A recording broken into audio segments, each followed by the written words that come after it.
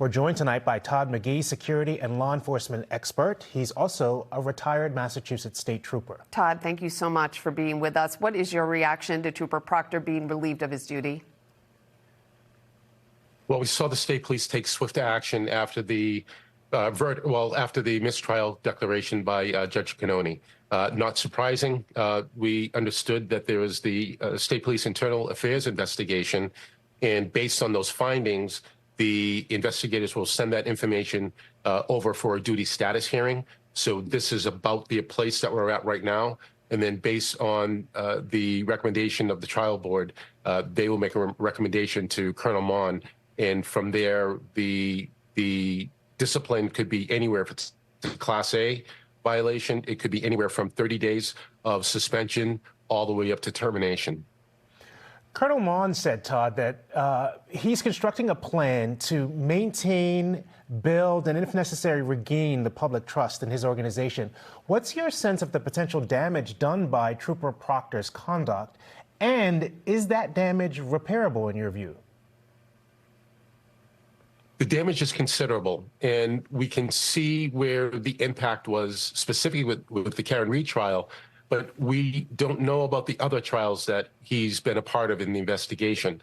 The other high-profile case, of course, is the Brian Walsh trial. So trials like that, we will have to wait to see what the outcome will be.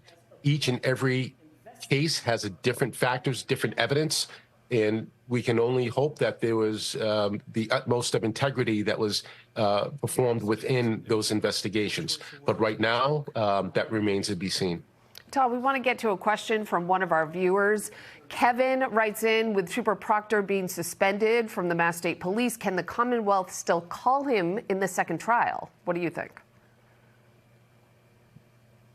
The Commonwealth can call him based on his involvement in the first trial. But I think it's important to understand that the Post Commission is the state agency that will submit police officers that have exhibited some misconduct to the Brady List.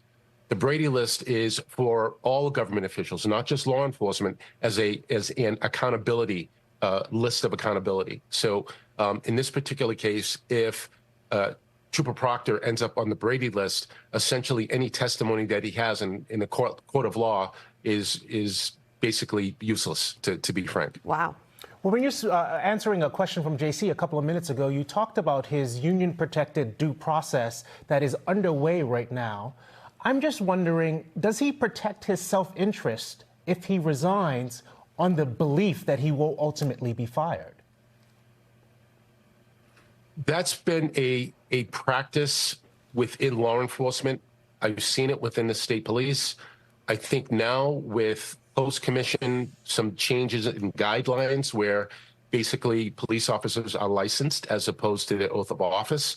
I don't see in this particular case, especially for a number of reasons. You've had the Governor Healy, weigh in on this case, specifically about Trooper Proctor's conduct, as well as being a high-profile case.